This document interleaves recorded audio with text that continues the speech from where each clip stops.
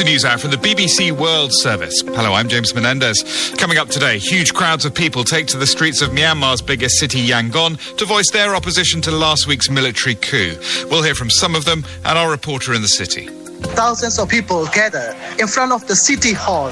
They are chanting, shouting, cheering slogans like "Long live Aung San Suu Kyi" or "Down forward military dictatorship." Also, a collapsed glacier has caused flash flooding in northern India and many deaths.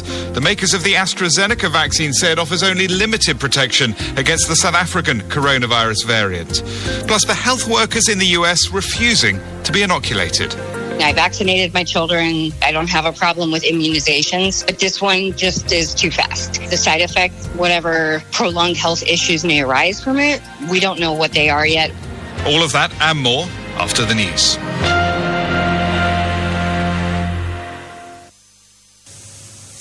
Hello, this is Danielle Yawowiecka with the BBC News. Up to 100,000 demonstrators have gathered on the streets of Myanmar's largest city, Yangon, as anger mounts against last week's military coup. In a second day of protests, people handed flowers to police to try to win their support and called for the release of the elected leader Aung San Suu Kyi. One of the protesters, who asked not to be named, told the BBC defending democracy was the only option. We are afraid, but yet we need our democracy because our country elected government and the democracy has been hijacked. It has been hijacked from us. That's why we have to fight back and take back our democracy. Peaceful demonstrations took place in other cities, though police fired shots to break up a rally in the southern town of Myawaddy. Internet services have been partially restored, but the military has not commented on the protests. At least 9 people have died after a part of a Himalayan glacier broke away in northern India. Anbarasan Etirajan reports. Several rivers flow through the Indian state of Uttarakhand, and the sources for many of them are glaciers of the western Himalayas. The government says a part of the glacier which feeds the Dhauliganga river has broken away, leading to a massive surge of water. Dramatic videos showed a torrent washing away parts of a dam. But the state chief minister said the water level downstream was stabilizing. But the government has nevertheless asked people living close to the river banks to evacuate. A unit of the National Disaster Management Force has been rushed to the area. The head of the UN Food Agency, David Beasley, says a deal has been reached with Ethiopia to expand its operations in the northern region of Tigray and to improve access for aid. Here's Mary Harper. Following a visit to Tigray, Mr Beasley said he'd struck a deal with the government to improve access for aid workers. He said nearly 3 million people were in urgent need of help. The UN and other agencies have repeatedly complained about not being able to reach those most at risk. The Ethiopian government has downplayed reports that people are starving. It says it's provided food aid to nearly 2 million people. It's difficult to verify this because of a media blackout. All sides in the conflict have been accused of grave human rights abuses, including using rape and starvation as weapons of war. Officials say at least 12 farmers have been killed by a militia in the east of the Democratic Republic of Congo. The Allied Democratic Forces are believed to have killed more than 20 people in a separate assault earlier this week. The ADF has intensified attacks against civilians since the government launched a military offensive against it. You're listening to the World News from the BBC. Voting has begun in Ecuador for a new president and National Assembly. There are 3 main contenders to replace the current president, Lenin Moreno. Leading in the polls is the former head of Ecuador's central bank, Andrés Arauz, a political ally of the left-wing former president Rafael Correa. The Conservative candidate is the former economy minister Guillermo Lasso, who narrowly lost the last presidential election. In a distant third place is the indigenous rights lawyer and environmental campaigner Yaku Sasha Perez. Events are being held worldwide to mark a day of solidarity with people in Belarus who've been demonstrating against the country's long-standing leader Alexander Lukashenko. It comes 6 months on from him claiming victory in a presidential election that's been widely denounced as fraudulent. Lithuania's President Gitanas Nausėda has posted a message of support, saying his compatriots know what it's like to fight for freedom. Protests against Mr. Lukashenko are continuing in Belarus. A lawyer in Egypt is taking action against a medical clinic in Cairo for appearing to provide female genital mutilation under the guise of cosmetic surgery. Sebastian Usher reports. The campaigning lawyer Reda El Dambouki is demanding the arrest of a gynecologist in Cairo who's posted a publicity video with more than 30,000 views in which she disavows FGM for children but then offers a new cosmetic surgery that Mr. El Dambouki says is clearly still female genital mutilation. In Britain, the Shadow Attorney General Lord Falconer has apologised after calling the coronavirus pandemic a gift that keeps on giving for lawyers. Lord Falconer, who served in several ministerial roles during the Labour government of Tony Blair, made the comments during an online legal seminar in June last year. Lord Falconer said his choice of words was regrettable, but his comments were about the pace of change to the law being made by the government of Boris Johnson. BBC News.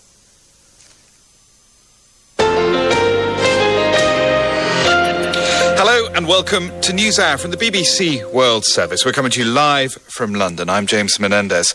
In a moment, thousands protest on the streets of Myanmar's largest city, Yangon. The internet's been restored in some areas and the military hasn't intervened. But how long will that last? That's our top story today. Also in the programme, how effective will vaccines be against the variant that's emerged in South Africa? We'll bring together two protesters, one from Russia, one from Belarus, who both want change after years of authoritarian rule. The regime which he built in Belarus, where any opposition leader cannot exist or survive in the country, because if you are in opposition, you're going to end up either in the prison or in exile. I want to change the system, because I believe that even if the miracle will happen and Putin will go away, that the new president probably won't be better because the system is really corrupt. That's coming up in about 45 minutes' time. Also, two brothers share the story of their father's long recovery back from the brink of death after contracting COVID. That's in about 15 minutes' time. But our main story today takes us to Myanmar, where tens of thousands of people have taken to the streets to voice their opposition to last week's military coup.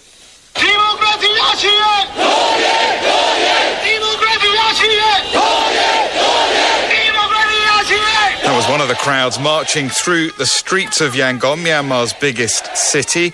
They chanted down with the military dictatorship, how they wanted democracy back, and the release of Aung San Suu Kyi, or Mother Sue, the leader of the National League for Democracy, who was detained after the military takeover on Monday. Many of the protesters wore red, the NLD's colour.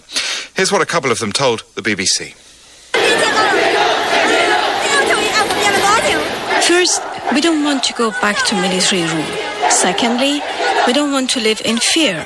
Thirdly, we want Mother Sue to be freed from being under detention unjustly. And fourth, we want to root out the system where soldiers take civilian administrative positions. I am a person full of fears.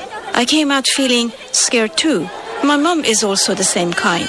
I don't want my mom to be worried. I came out despite those worries because I am equally worried the movement will not succeed if I don't join in. If I stay home in fear, we will live in an era where we have to live in fear.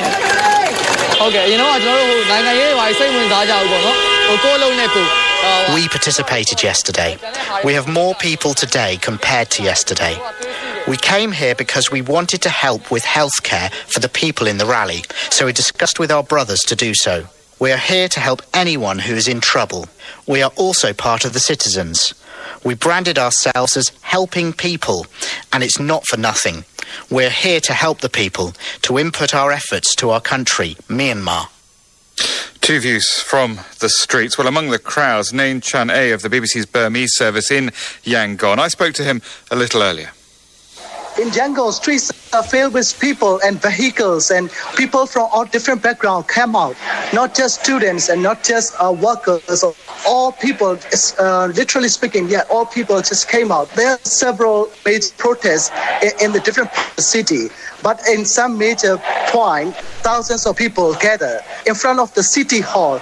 They are chanting, shouting, cheering, and also singing, some shouting the slogans like "Long live Aung San Suu Kyi" or "Downfall with military dictatorship" or something like that. Just a few meters away, the police are ready, but they didn't do anything. They just wait and see, and then they watched the whole event. And so far, they didn't intervene. Anything like that, yeah. Yeah, you said thousands of people. How many thousands do you think? I mean, I saw some pictures that looked like they were very, very large crowds. Yeah, very large, and then it brings back 2007 Saffron revolutions. That scenes, If we count the whole city, it could be like that. Each place is at least 1,000, a couple of thousand, or 3,000, 4,000. Yeah, they gather. Yeah, you said that the police were watching the protest, not acting. But is there any sign of the army? Any sign of the military, tanks, military vehicles on the streets? So far, we don't see any military or military vehicles. Only the riot police are ready. But in the city hall, some of the military troops already inside the hall, but it didn't come out. But so far, we see only police. The chanting behind you is very loud indeed. It doesn't sound like people are in any way scared. Yeah, so far the people moods and spirits are so high. Because what is, it doesn't mean they are not afraid or scared. But I talk to the people. Some openly admit they do scare, but their strong desire somehow overcome that moment. When I talk to the students or a young age, they thought it will never, in their time, it will never happen. But it did happen, and it got them so angry. And then so they know that they must respond in somehow. Yeah, and just tell us, what's the situation with the internet? Because that was down yesterday. Is it now back up and running in Yangon? Yeah. The internet connectivity so far is not that great, but still usable. Where is Aung San Suu Kyi being held? Does anybody know? So far, we don't know exactly yet, but it is reportedly that she has been under house arrest in a home in Naypyidaw, and then today also protests in Naypyidaw as well. Yesterday, so we talked to the lawyer, and then they also still don't get in touch with Aung San Suu Kyi or President Win Myint. Right, so hold on, you said there was a protest in Naypyidaw. That's quite unusual, isn't it? Yeah, it's Naypyidaw, where the military chiefs live, and then all the government officers there, and security are tight, and also you can clearly see the military vehicles there, but still protest did happen. And then most of the people who live there are also the civil servant, work for the government. But they seem to be not afraid, at the moment. So they just take part and they did protest, yeah. Where are the protesters in Yangon going? What's the sort of aim? Where are they going to end up?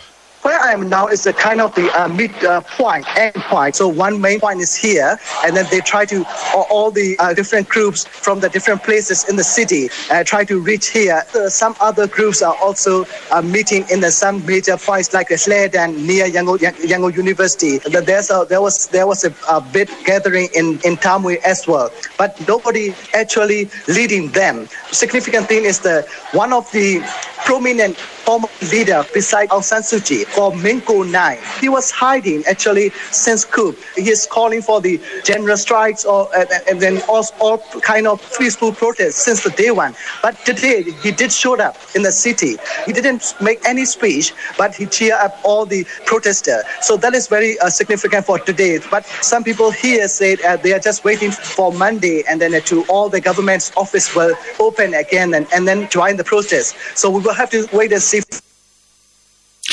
That was Nain Chan A of the BBC's Burmese service in Yangon. And as you can understand, the communications can be a little tricky, but we heard pretty clearly what he had to say and how many people had turned out in Yangon. Let's talk to Debbie Stoddard, who's coordinator of the Alternative ASEAN Network on Burma. Debbie joins us from Bangkok. Welcome to the programme.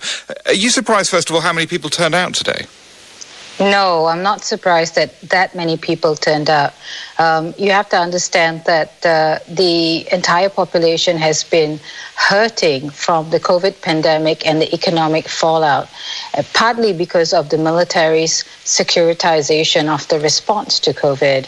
We've got a lot of young people who've lost jobs and who have returned from overseas as migrants. They were forced to come back, and they now don't have much of a future. And they are incredibly angry to see that despite this so-called transition to a civilian government, the military still holds the reins. It still wields immense political power, and worse still, it's still getting rich off the backs of people because it's military-linked corporations that are making the most money and getting the most profit out of Burma's massive economic growth in recent years. Why do they seem to be tolerating protests on such a big scale at the moment? I think the military was somewhat taken aback. They thought they could have a soft coup without a bloodless soft coup where people will somehow be bought off. And we saw already the military reaching out to ethnic groups to try and get enlist some ethnic leaders in their state administrative council to keep the population calm. But I don't think they understood that democracy is very much a principle that the majority of people of Burma take very seriously. The fact that there was a general election, the fact that the NLD won its second mandate with a greater majority, and the fact that this was quite quickly dismantled with fake allegations of electoral fraud is something that they cannot stand. I think the majority of people understand that if they are going to have any hope in hell of having some livelihood security and an equitable economic growth, they need to have a democratic and transparent system. We heard talk about a possible general strike, or at least calls for a general strike.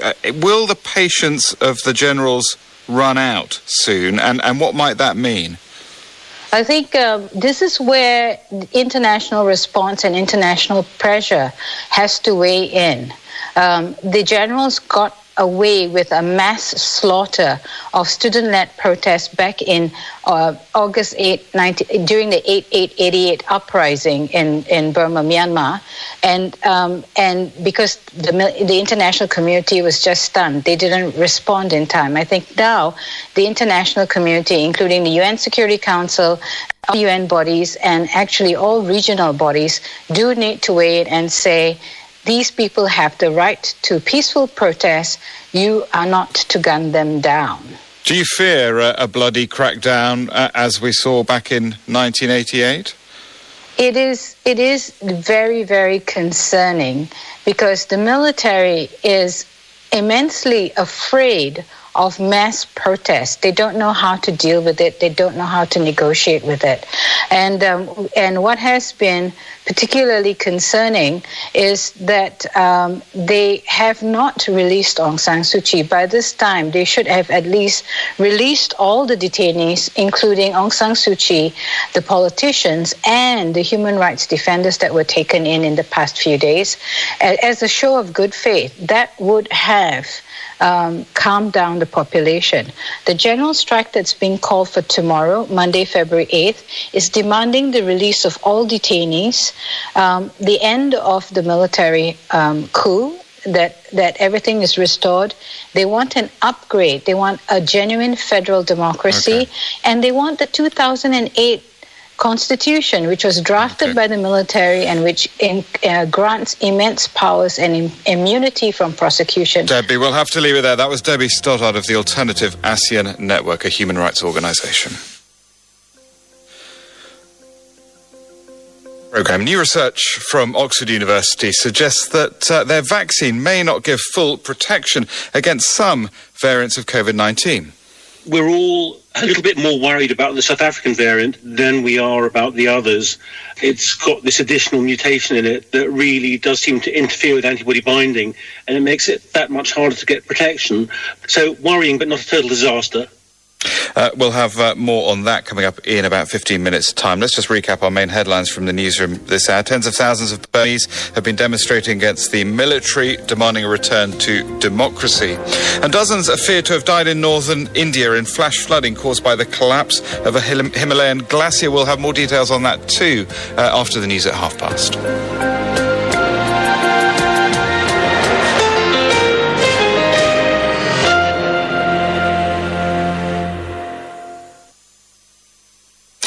This is James